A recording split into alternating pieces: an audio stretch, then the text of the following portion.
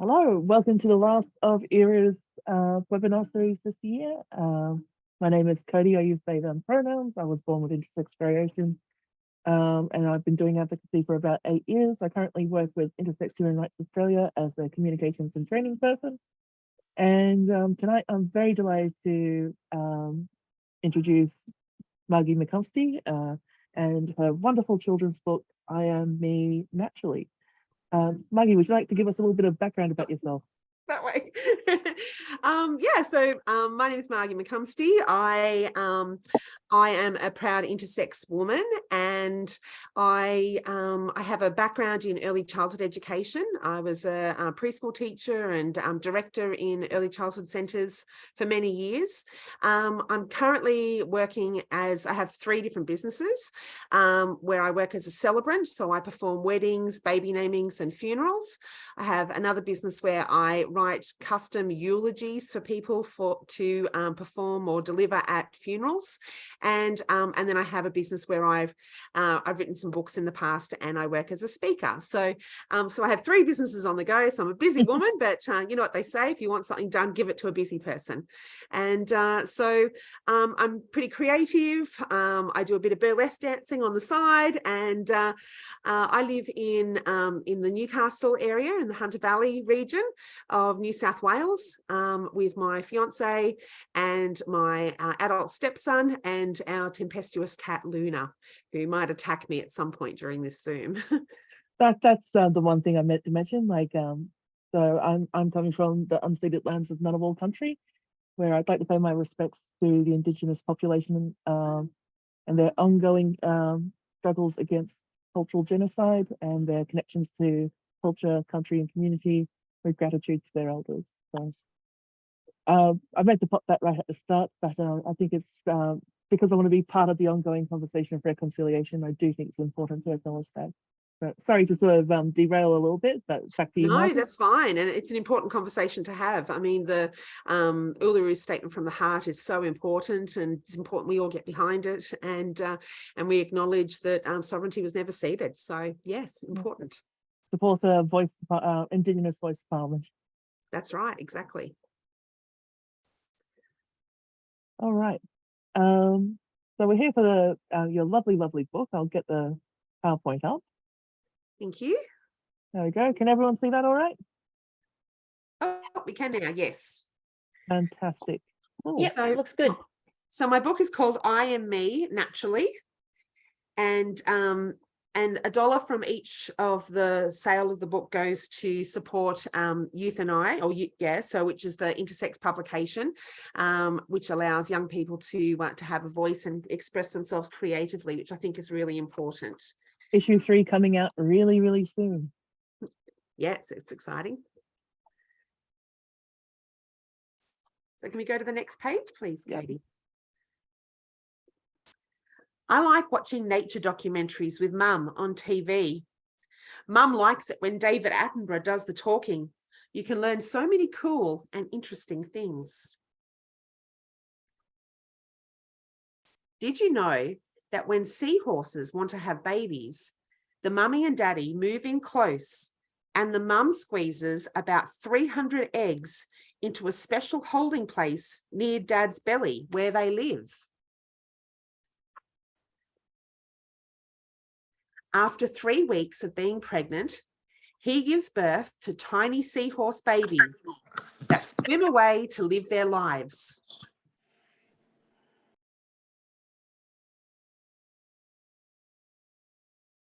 Did you know that some frogs are born as boys, and some frogs are born as girls, and some frogs are born as both, and some frogs can even change from boy to girl or girl to boy, depending on the temperature of water and things like that?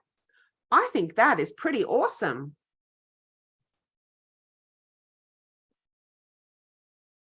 We are learning things about our world all the time. People used to think that the world was flat, and if they went near the edge, they would fall off. We know now that the world is round. People used to think you could only be born a boy or a girl.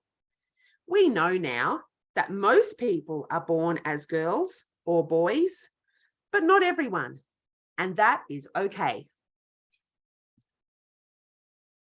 Babies live inside their mum for 9 months. That's a lot longer than the seahorse.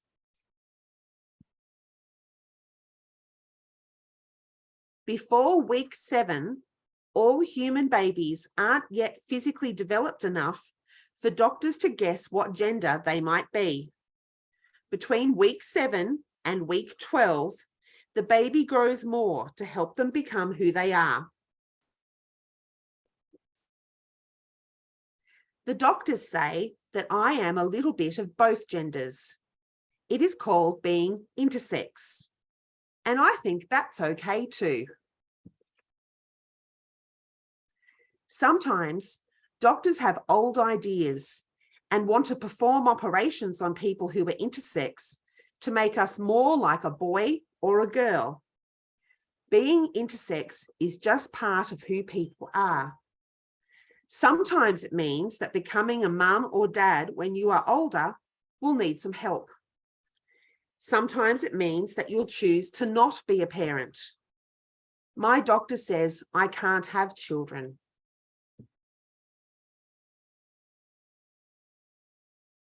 That made me a bit sad, but my stepmom reminded me that she didn't help make me, but loves me as my other mum. I don't have to be sad. I can work that stuff out when I'm older. And in the meantime, I can just be me. I'm intersex, and that is pretty special. I am me, and me is really good to be.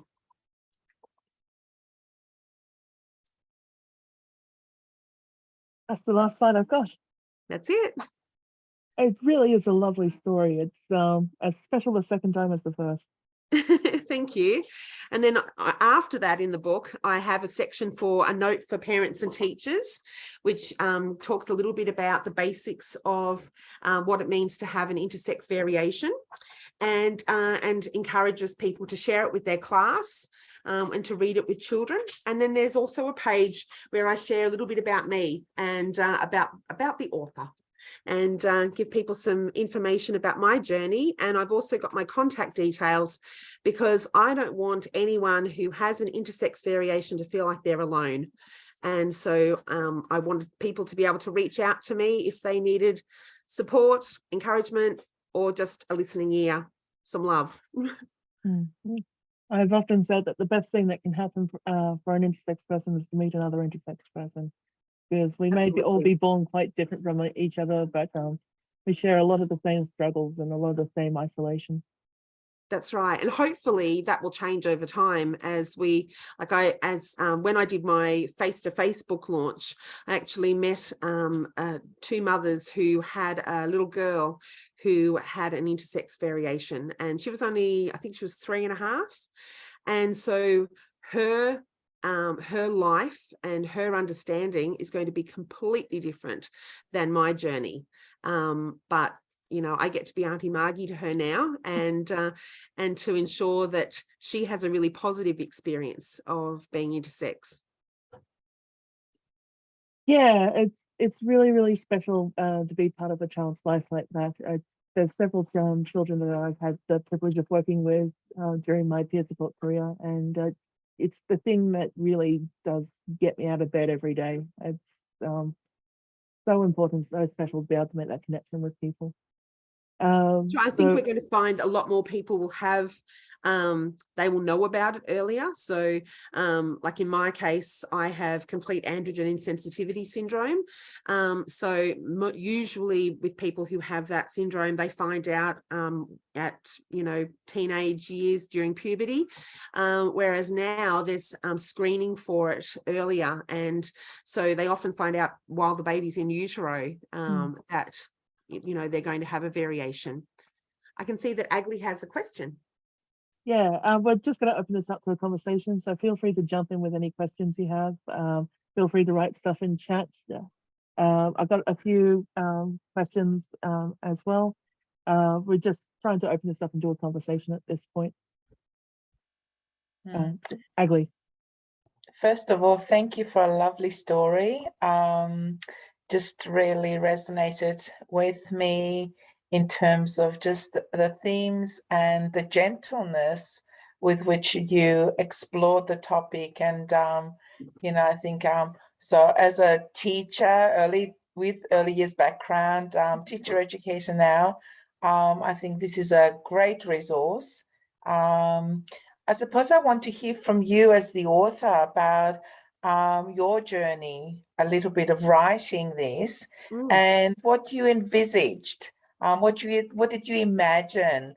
How did you imagine the book landing in this context that we're in? And, how do you imagine teachers using it, or even parents? I would love to hear your perspective.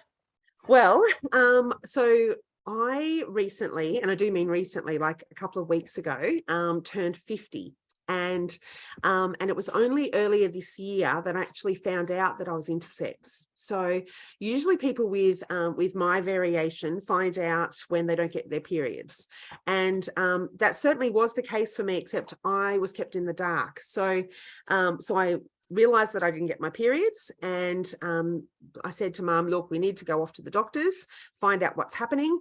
And so we did that, and I was sent off to a gynecologist in my country town, and she said that she didn't tell me that I had an intersex variation at all. That was kept from me. Basically, she lied to me, and she said that I had to have a hysterectomy or I would get cancer. So I was 17 years old at the time. And so obviously you hear the word cancer and you do what the doctor tells you. Maybe not so much now. People, will challenge things, but back then, and I think probably still now quite a bit, you hear that, you're frightened. My mum didn't know anything different, and you just go by what she says. She's the expert. So there were numerous, probably unnecessary tests and things I went through, different, forms of medical trauma, I guess. And then on December 6th, so tomorrow is actually the anniversary, I went into what I thought was a hysterectomy and oophorectomy, where they were going to be removing my supposedly half-formed fallopian tubes, pea-sized uterus. And that's, and they said basically that it had the possibility of becoming cancerous. So that's what happened. And I was plunged into menopause, and went through all sorts of hormonal issues.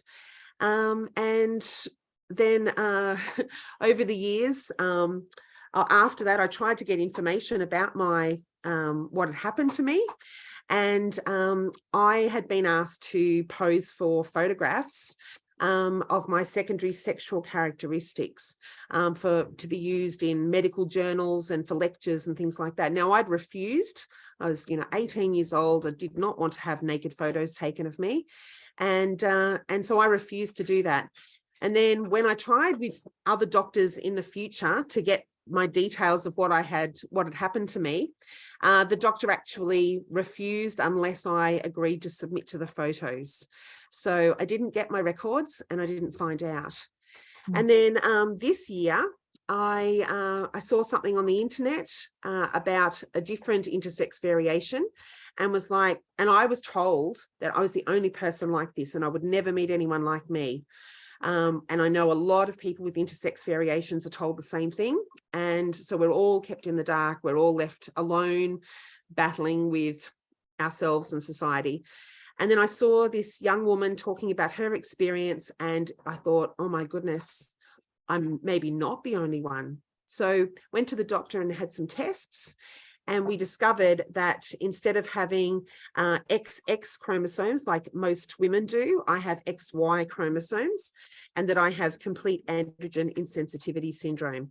So what was inside me, instead of being what I thought, was actually undescended testes. And so that's what they would have removed on December 6th, 1990. So all those years ago, and I only learnt that this year. So it was very challenging for me.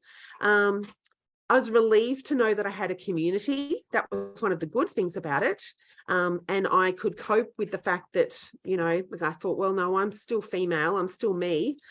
But the one thing that really upset me and challenged me a lot was that I felt that I had the opportunity to make a difference taken away from me, that for many years I could have been making a difference to other young people who had variations, intersex variations, and that I hadn't been given that opportunity. And I felt a real sense of pressure to catch up in some ways. And that's why I wrote the book. So it was actually probably within that first month of finding out that I sat down one morning and I wrote the children's book. I'd always known I would eventually write a children's book, having a great love for children's literature. But I had no idea that this would be the book that I would write. And what I envisaged for the book was that young people who have an intersex variation and find out earlier than I did, find out like from when they're young and their parents know from birth, that they have, I went looking to see what resources there were and I couldn't find any. And I thought there needs to be a book that allows parents to explain to their child and have their child feel normal and special because of their variation. And also for that to be handled in schools, classrooms, and just make it a normal part of how things are.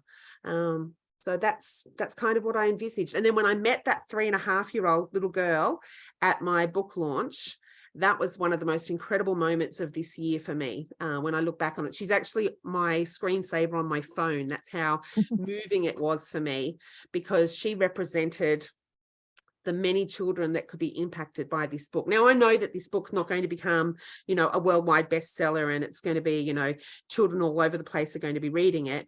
I realize it's a niche market. I realize that it's not going to be for everybody, but I do think there's concepts in there that it's important for people to understand and to become more aware of.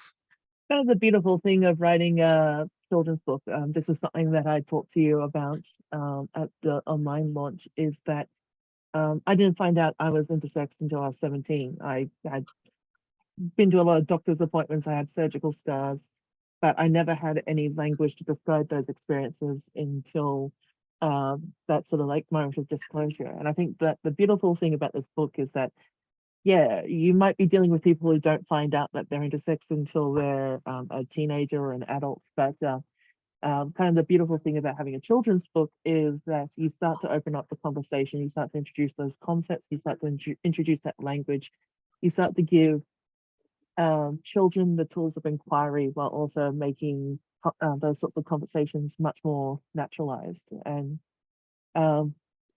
yeah, it's really cool and it's really important. It's yeah, I think that as soon as this sort of came out of nowhere and blindsided the intersex community, and I think one of the takeaways was we were all dreadfully excited, because I think each and every single one of us desperately wanted a book like this to exist. We just never found the time to make it exist yet. Anyway, I see Dr. Channing with... Absolutely. Just I just wanted to say thank you for your answer and thank you for sharing your story. I'm also a person with an intersex variation. You know, and I think sort of 17 seems to be 17, 18 seems to be a significant year for many of us who, you know, find out older. But thank you, and I agree with you, Cody, that, you know, we need books like this to be in every library, and I will buy several of them and I will put them in the university library and anywhere else I can think of that will, you know, give children an opportunity to learn about being intersex, and also then start to imagine their story and how, and hopefully this is one of many books where people start to share and tell their stories. I know we've got Youth and I, but I think books from this perspective which are aimed at, you know, a younger audience, and very elegantly, very naturally tell a story of what it means to be born with an intersex variation. So thank you, Margie. Thank you for the work. And I love the illustrations. Beautiful. Oh, they're lovely, aren't they? They're actually done by somebody on Fiverr, believe it or not, an artist on there, Juliet D. Sandy. So I you know, sent back information about what I wanted for each one, and we worked on it together. But yeah, I don't know if they've even, you know, seen the book since then. But yeah, their contribution definitely made the book come alive, which was fabulous. So yeah. Thank you, Agli. Yeah, I'm really glad you're here tonight, Agli. Dr. Chani, your opportunity now. Thanks. So yeah, Margie, thank you so much. I really want to echo Agli's sentiments of how beautifully and gently this book is written. I think that it will really coax a lot of parents into explaining and supporting their intersex children once they've, you know, read it themselves, and then, you know, approve it for their children to read as well. So I think that it's going to be one of those books that will easily make it into people's shelves, which is really, really cool. So thank you so much. I too am intersex, and I found out much later in life. That was only a couple of years ago. I'm very curious as to your use of the term gender over sex, in terms of when you're describing the baby, for example, as a neonate, or as an embryo, and things like that. Yeah, did you have any thoughts about that as you were writing, and what your reasoning was behind that? Yeah, I'm just going to the page so I can remember exactly, but I wanted it to be really inclusive. So I wanted to make sure that if you were reading it and you were coming from a perspective of being transgender, or having transgender family members, that respected that as well. Also non-binary, which is there's one of the pictures there that included that. And then when I did the bit about gender, yes, here it is. Before week 7, all human babies aren't yet physically developed enough for doctors to guess what gender they might be. I think I did that because the doctors are the ones that were making the proclamation as to what gender. And so it was sort of more from that perspective. And then, because I think we do these, you know, gender reveals, which I hate. Me too. Obviously, like, I just think, you know, like, you don't really know. And then the only gender reveals I like are when they're like reclamations, they're intersex or transgender people having a gender reveal to, you know, announce to the world that this is who I am. And they're the only gender reveals I actually like, because there's some power in that from their perspective. So I guess that's why I used it, because for doctors to guess what gender they might be. I think that's the only time. Oh, and then the doctors say I'm a little bit of both genders. So I said that because I didn't want to, I guess I wanted to make sure that people could identify as a gender that they wanted to, and that it wasn't defined by their physicality, if that makes sense. I come from a limited science communications background, and certainly a big communications principle is consistency of language. So I can see how by establishing the word gender earlier in the book, it becomes important to use gender consistently throughout the rest of the book. Then I introduced the term intersex, which I felt was important as well, because I think anytime you use the word sex in a children's book, it's kind of people freak out.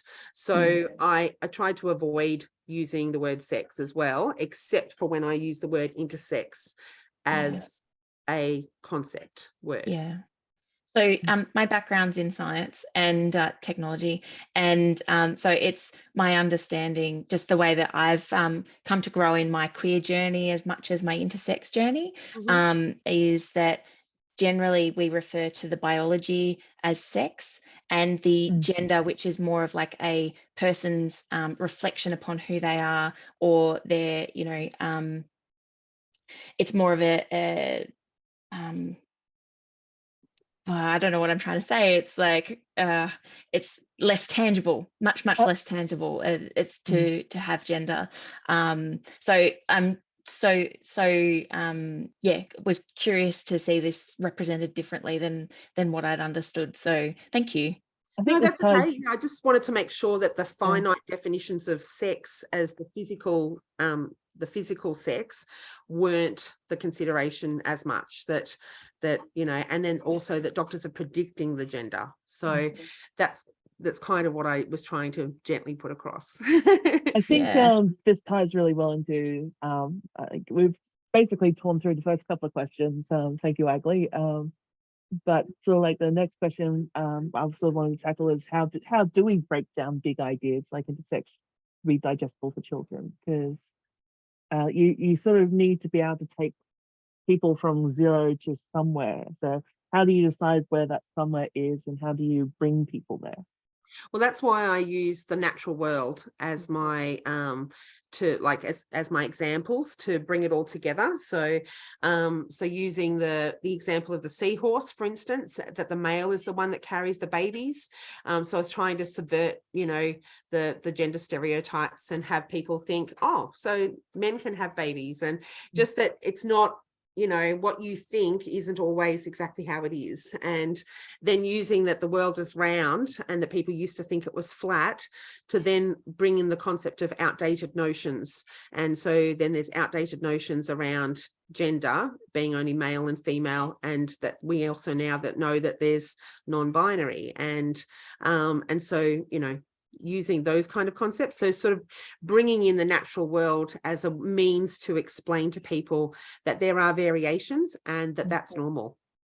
You're effectively creating tools for the child. You're basically saying, you know, you may come across people with outdated notions, and it's okay to understand that they're just wrong.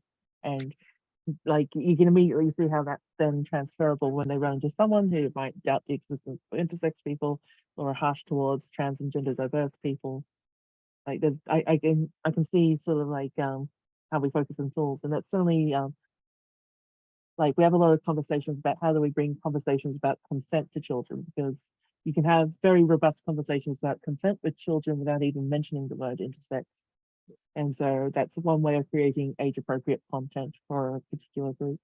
So, Dr. Chuck? The outdated notions part of the book, that is definitely also for the parents. So I'm very aware that this book is written for, you know, 3 to 8 or 3 to 10-year-olds, that kind of age group. And for some of those children, it's going to be read to them by parents. So if, you know, you found out that your baby's going to be intersex, knowing in advance that, where is it? That sometimes doctors have old ideas and want to perform operations on people who are intersex, that is, you know, if their experience is that their doctor is trying to pressure them into forcing their child to have operations, that gives them a perspective that, hang on, maybe that's outdated. Maybe there is another opportunity here. And then in the back of the book where I talk about myself, I actually, I write about how that I didn't give consent. There was no informed consent. And so I make that very clear as well for people who want to dig a bit deeper. Dr. Channy with the follow-up. Thank you. One thing that I really love about the book is that subliminal education for parents and adults. So yeah, again, like definitely really, really well and gently done there, Margie. Another one that I love to describe, but more in an adult context, is that there's ancient cultures that used to celebrate the intersex and the non-binary variations. It's really, really well documented in history. There's so many different cultures that, you know, actually celebrate the diversity between maleness and femaleness. So a lot of people don't know that even. So it's actually more of a modern patriarchal kind of idea that you've got this male and female binary and not, you know, there's nothing else. So, and otherwise you have to be fixed. Yeah, Yeah. I have a friend in India actually who was telling me that over there, intersex people are really celebrated, and that they're seen as like they bring good luck, and that they call on them to like give their blessing to festivals and events and things to ensure that they're successful. And yeah, so, you know, definitely I know there's, and I learned all that afterwards. Like this is the thing, is like I learnt so much in this last, I found out about, I think maybe March this year. So it's been, you know, 9 months that I've known.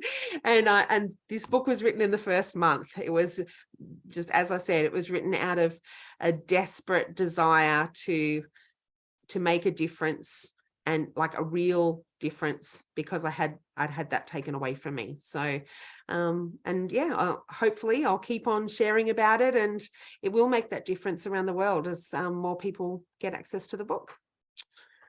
I'm kind of chuffed about this. I wrote a list of questions, but this whole thing is honestly running itself. I love this audience. Peter has her hand up. I do. I'll figure out how to take it down in a minute. It took me a while to find the hand. Margie, I wanted to say thank you. I have my copy. So I was very excited when that came in the mail. There's 3 of us at least here who are in early childhood. So I'm another one of us. And so I have all sorts of interesting conversations with educators around LGBTQIA+ diversity in early childhood. And I'm really, really glad that I came and we've had this conversation, because I think it will be really useful to me as an educator working with educators to sort of unpack and interrogate some of those things around gender, around history, around presumption, and around existing beliefs and bigotry that carry on. I had a conversation with somebody recently who so just a short bit of background. So Agli and I co-presented at the Early Childhood Australia conference in October this year. I was very privileged to be working with Agli, and we presented about children with intersex variation and how services can be responsive and build educator awareness. And we had so many people come up to us afterwards and go, oh my gosh, I want to come on the journey, and you know, there's so much to learn and I didn't know about this. And so this book will be just such a wonderful you know, progression to add into that conversation with educators who are already primed and who, you know, were saying they wanted to go back to their services and talk to the other staff there about things. I think, you know, like for me, books are a really important part of the conversations I have, which makes going to workshops a lot of hard work because it's carrying a lot of books. But it's so worth it for educators who aren't necessarily in positions in their services where they're doing the book buying, that they can actually pick these up and read them. We can read them together. They can just stand there and read them while they have a cup of tea. But it gives them the opportunity to see a whole range. So I'll take, you know, 20, 30 books across the acronym for educators to explore when I'm there. And I usually throw in a couple of really, really bad ones. I throw in a bad one and say, if you can pick the one that doesn't belong, you know, the first person to pick it gets a prize, and I'll give them like a pen or something. But I like that. Yeah. I've got a terrible one called It's a Girl. And it's like, oh, look, it's gross. I'll show you. It makes me want to hurl. They didn't have It's a Boy to go with it, which would have made my day, but just, yeah. I agree with you about the gender reveal parties. I love seeing 15-year-olds come out of cakes and go, they got it wrong. Guess what I am? Here I am. Yeah, but thank you. I get very enthusiastic and carry on a bit, but no, I really appreciate that. I actually we had Pride Newcastle had a market fair day, and I decided to have a stand at the fair day, and I had my books there, and I told anyone who'd listen all the gory details about my story, and a lot of people had no idea what the I stood for, and I was like educating people all day and selling the book and talking to people. And one of my favorite people that I met that day, I met a lot of really awesome people, but I met a teacher who bought the book and said she was going to read it in her classroom. She's a preschool teacher, and I said to her, I gave her my phone number, and I said, if you would like me to come and read it to your class and talk, and I don't mind if we talk about the intersex side of things, or if we talk about the author's journey and what it means to be an author, or whatever you want to talk about, I will come and be a visiting author for your class. And so, you know, if I'm ever in your area and you'd like me to, you know, come along to your classroom and read the book to the kids, I am more than willing to do that. So I just think it's really exciting. And I would love to see the early childhood field take the book up and really have it get into more centres. I know with accreditation they need to look at their, you know, commitment to diversity, and there's more to come. There's the reviews of the approved learning frameworks are going to up the ante in that area. So it's a really good time for us to be building and sharing these resources. And I think also, as well as with the early childhood, we also need to be working with school age care services. So I'm not working in the school system, but I have connection with outside school age care services. And someone has asked me to speak at their conference next year because they realise that there's a lot of awareness needs building in the school, in the primary area, because they had people saying, oh, look, it's all right to talk about, you know, gay people and things, but not intersex, because we don't want to be talking about genitals with children. And, you know, like, it's all, there's just so much education of adults to do. Yeah. In order for us to be able to do this beautifully with children. So this is just going to be super, super useful in that area. So thank you. Did you notice in the book that that the mother has there's a stepmom? Now I don't there's no men in the book. I don't know if you noticed that, but she loves me as my other mum, and you've got the two mums together. Oh, you can't. There we are. You got the two mums together. Now, the reason I did that was because I wanted to be inclusive of lesbian parents, but also if you're from, you know, you've got two mums because, you know, like you've divorced or whatever, it was inclusive of both. But I really wanted to make it so that it was inclusive of the lesbian community as well. So so that was intentional. I'll get to you, but I've just got a couple of comments in chat. Andrea says, I struggle with identifying as a gender, but I was born intersex.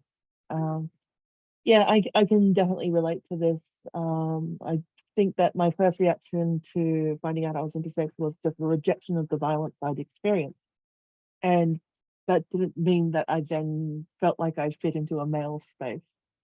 And there's certainly, I think that there are a lot of, I think there is a significant number of intersex people who probably agendered or probably are more comfortable just identifying with intersex as its own category. But, you know, when we actually look at the demographic breakdown and all the different statistics and stuff, like the vast majority of intersex people do identify as male or female, typically as assigned at birth. So thank you for that comment. And I think like that's probably why it's so important for a book like I Am Me naturally to create space to have conversations about non-binary identity.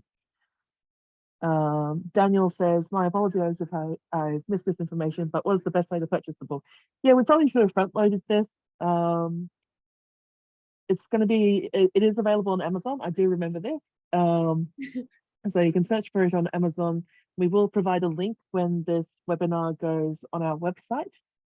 And you can get the hardcover version. So the paperback's available on Amazon. The hardcover version is available through like Fish Pond and what's the other one? I don't know, some of those online bookstores, they have it, but it's pretty expensive. So if you really want a hardcover copy, just get in contact with me and I'll hook you up. I was about to say, I believe the second way of getting a copy is to hunt down Margie. Yeah. Please don't do it all at once, because I hate having to keep going to the post office. All right, so we've got a hand up from Amelia. Sorry, trying to find my unmute button. All good. I just wanted to say thank you also, Margie. It was a beautiful story and a beautiful book. I have my copy. Aww. You, Dr. Shani, for my copy. All fanfare. It's all very new to me. I'm coming on the journey as a supporter, and it's great. I also have I'm studying to be a librarian, and books just make me happy. And this one in particular is great. And I just wanted to comment on your use of the phrase the stepmom, and I understand that you were in the context of the book. I understand that you were relating it to a lesbian couple, but as a heterosexual woman who has no children and will not be having children, who has a stepmom, it was really beautiful, because it really is inclusive of everybody, not everybody that's going to be reading the book to their children, or not every child that's hearing the book read, especially if it's in a classroom situation, is going to have the same story. And it just gives everybody something that they can feel and understand. And that's what, becoming aware is all about, is understanding something and being like, oh, actually, they are the same as me. So that really resonated with me. So, I mean, a lot of stuff resonated with me, but that in particular. So, yeah, thank you for making it happen. Thank you so much. I'm a stepmom as well. I have two boys, and obviously not being able to have children myself, and they know that. They knew that before they found out that I was intersex, and they're both very supportive of that as well. But I came into their life when they were 11 and 15, and they're now 23 and 27, I think they are. And so, I missed the sticky fingers stages. I missed all the little things. I didn't get the paintings done for me and to put on the fridge, but I was there to, help with the all-nighters leading up to the HSC. And, I have been there to dry tears and give hugs, give advice, help make up resumes. And so I really value the role of a stepmom and the importance of that. And, I may not be a biological mum, but I am absolutely a mum to those boys, and I love them with all my heart. So yes, I wanted to honor the role of a stepmom, whether that's heterosexual or gay, no matter to me, but I wanted children to have their experience reflected in the book in any way I could.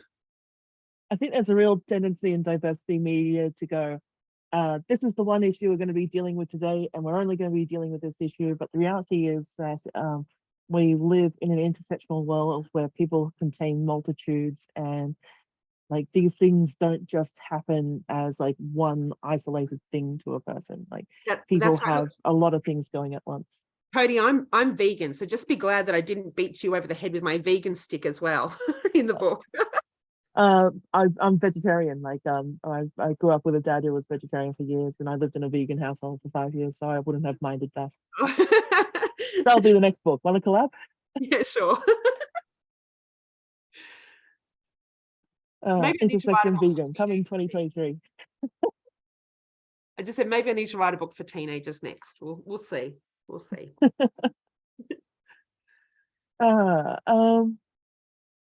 Okay, I'm just going to jump back to my list of questions. I feel like we tackled a lot of what I wanted to cover, because obviously, like, one of the cool things about being able to run this webinar series is I get to invite people, cool people, to participate, and then ask, pick their brains about all the stuff I'm interested in. This has sort of covered about some of the sort of core themes that the book needed to convey to intersex children.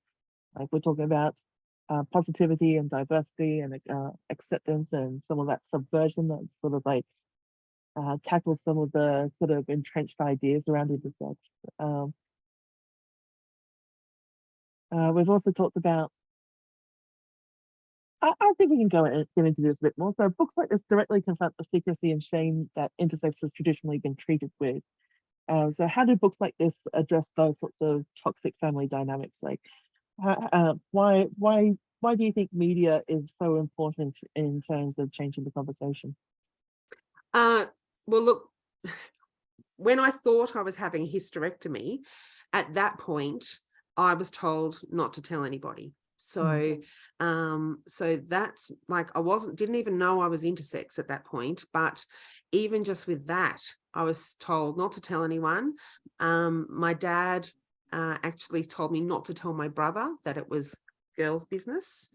And so I did tell my brother about a week before I had what I thought was the hysterectomy. It's very hard for me to say before I had my hysterectomy, because that's been a part of my story for the longest time, even though I now know that's not what happened. It's not the truth.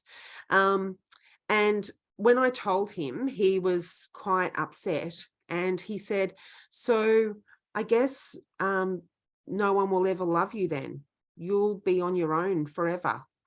And I said, well, yeah, I suppose so, because that's what I thought. Having been brought up in a family with, you know, very traditional mum and dad roles, and wanting to have children of my own. And I just thought, well, who would want me if I can't have children? Now, I now know that that's like ridiculous. But in my 17-year-old brain back then, with lots of social conditioning, that's what I believed was, you know, the truth. And then I guess this year, finding out that I'm intersex, I actually had a moment, Andrea, you might get this, when we were talking about gender before, that I had a moment afterwards where I had to fill out a form. The first form I had to fill out afterwards, where it had male, female, other. And I'm like, oh, hang on, should I be ticking the other box now? And then I went, what? No, like, I have friends who are transgender. I will fight to the death for their right to be female or male if that's what they, you know, align themselves as, and that's who they are. And so I was like, what are you doing, Margie? Why would you even like think that? But again, that's that conditioning that's there. And then I very proudly ticked female, and I joined a panel earlier this year for prospective doctors. It was like second-year medical students, where I spoke to them about my intersex variation. And they questioned me. They seemed surprised that I am cisgender. And I was like, okay, so is there an expectation that I will be non-binary, or, you know, why is there an expectation that intersex has to look a certain way? And I think that's all about educating people as well, because I just think there's so much stigma attached to everything in the media, and obviously entrenched in history, which is why even my doctor back then had to hide it from me, you know, had to like get this offensive, you know, internal testes, get that out of her so she can go on with her life as a woman that's, you know, thinking she's had a hysterectomy. You know, I would rather the truth. And I think that's important. And I think once we break down those kind of stigmas and shame, that's going to make such a big difference. So I think books like this help you to do that, because it just says, hey, this is just a natural variation. This is normal. You're not weird, you know, like, okay, it might be a little bit different, but you are you, and it's okay to be you. And I think that is what makes a big difference. And I do tell some of my story in a simple way in the back page. And you know, Cody said to me, look, have a think about tonight how vulnerable you want to be, how much you want to disclose. It's completely up to you. And, you know, I've pretty much told you everything. And I choose to do that. And I don't expect that everybody will do that, but I choose to do that because I don't want to I want to talk about it now. I don't want to be kept silent. I don't want to feel like I have to be ashamed of who I am. And if other people choose not to say because it's private to them and that's empowering for them, then that's perfect too. And but for me, I don't want to stay silent anymore. And I guess I was forced to because I didn't know the truth. Now I know the truth. I'm just going to speak my truth. And if you don't like it, then, you don't like it. That's okay. I think that's a beautiful sentiment. And certainly I think that oftentimes like intersex advocates are the ones who are willing to step up and like bear everything so that people know the mistakes that are made and don't keep making the same one. This actually leads us probably into our final question of the night. How do you see the role of positive intersex media in broader intersex advocacy? Obviously, like in terms of intersex advocacy, we're looking at legislation to end medical normalization. We're looking at anti-discrimination reforms. We're looking at a lot of like high-level technical conversations. But I guess like in my mind, there's a very clear role of a children's book in terms of like empowering these processes. And I was hoping that to get maybe a reflection on that. Yeah. I'll actually share with you something about my nephew. So I don't know if he'll watch this, but hi, Finn, if you're watching this on YouTube in the future. But I have a nephew named Finn. He's a twin and he is really into politics. And he completely disagrees with me. So about macro versus micro. So he is a really big believer in we need to change laws. We need to have, change legislation. We need to put things in place to ensure that society works better. And then I told him the story about the I think it's a man and son that go onto the beach and they find hundreds of starfish that are stranded on the beach, and the man goes and puts one of the starfish into the water and then goes and gets another starfish and puts that into the water, and the boy goes, look, Dad, there's hundreds of starfish here, we're not going to be able to save them all. And he says, no, but I can make a difference to this starfish and this starfish and this starfish. And I told him that story and he was like, well, that's just stupid, that you should, get scientists onto it to work out why they're beaching themselves and how to keep the starfish from going on the beach.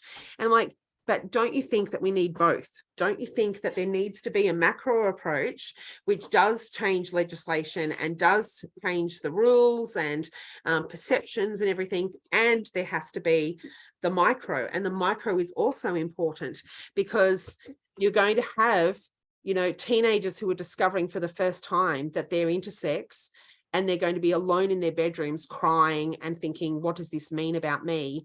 What does this mean for my life? And they're going to feel so alone, and they're unless we reach out to them, unless we have books that speak to them and people who are willing to stand up and share their stories and say, hey, it's going to be okay. You can live a full and glorious life and make a contribution in the world. We need both. The importance of IRA, Intersex Human Rights Australia, and the work they do is vital, but then that doesn't diminish from the important work that an organisation like IPSA does, Intersex Peer Support Australia, because they're reaching out to the individuals and supporting them in their journeys, because some of those individuals will become the people who can be the push and the power behind the macro level of change, which, so we need both. We always will need both. And I'll still go and put the starfish in the water because I think it's important, because every single child, I write in the book, hang on, let me find it. This book was written to assist parents, families, and schools in helping young people with intersex variations. But most of all, it is written for the young intersex reader who will learn who they are, so they too can say, I am me naturally. And by reading this book with your child or sharing it with your class, you have helped ensure that each child feels valued no matter what. And yeah. It's really interesting to me that you bring up ERA and IPSA in particular, because even though like we widely consider those two organizations to be different sides of the same coin. We've never been able to completely integrate those functions. It's largely because ERA is about stopping trauma and IPS is about healing trauma. And they're very, very different processes that require different kinds of people, different kinds of resources. But you can't, you like, if you're only ever healing trauma and you're not trying to stop trauma, then all you're going to end up with is more and more traumatized people and not enough resources to support them. But if you stop trauma and you leave people without support, you're leaving them in an environment where they're confused and scared and they don't have answers and they don't have information. And that in itself becomes a self-perpetuating trauma as well.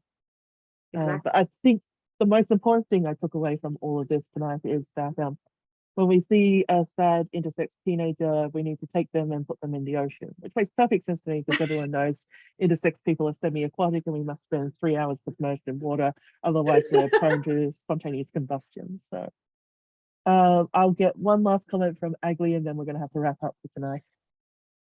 Thank you. I just wanted to say thank you for those comments. And as the current chair of ERA, I really appreciate that comment about, you know, the different roles that organizations make. But I would like to add that I think we also need grassroots comments and work. I think we need people from community to step forward and put forward perspectives. Organizations are really important. ERA, IPSA, they have an important role to play in the landscape as beacons of hope, of the different work that we need to do. But I think for us as a community, we need to also champion and sponsor and support people from the community to step forward to share different perspectives, because I think that's how we grow. That's how we stop the perception that we know the answers, because as has been shared tonight, there are different ways of understanding this space, and we need to embrace all the diversity and the ways of understanding this space so that we are truly inclusive of everyone who is born with a variation in sex characteristics, regardless of what they are choosing to identify as their pronouns, their gender identity, etc. You know, I work from, you know, I suppose a post-humanist perspective. And one of the things that I loved about the book is that it does bring forward a post-humanist understanding of this notion of the diversity of life on our planet. So thank you. I didn't want to be the last comment, but I just wanted to, I felt so passionate about what Cody and you said, Margie, that I wanted to share my piece. So thank you for the work for both of you and for bringing this to us tonight. Thank you. Well, in which case, I'd like to thank everyone all for coming tonight. And I think it's only appropriate that we leave Margie with the last word. Do you have any closing thoughts? I feel like I should have prepared something. I just You can just say, go out and buy the book. That'd be all right. Well, it looks like a lot of you already have, but I just want to thank you all for coming and joining us tonight and being such willing contributors to this evening. Thank you for your feedback on the book and your love and acceptance of yourselves and also the intersex community. And for everybody who's watching on the replay or on YouTube, I'd like you to click on the link to buy the book and check it out for yourself, and drop me a line to let me know the difference the book is making, because I'm committed to making a difference in the world. And so if you're stocking it in libraries, schools, preschools, childcare centres, anywhere in the world, then please let me know, because that's really exciting to me, to let me know, like, so that I know the difference that it's making, because it's obviously something I'm really passionate about. So thank you for furthering the conversation for people with intersex variations in Australia and globally. All right. Thank you and good night. Thank you. Bye. Thanks very much. Thank you all. Good night.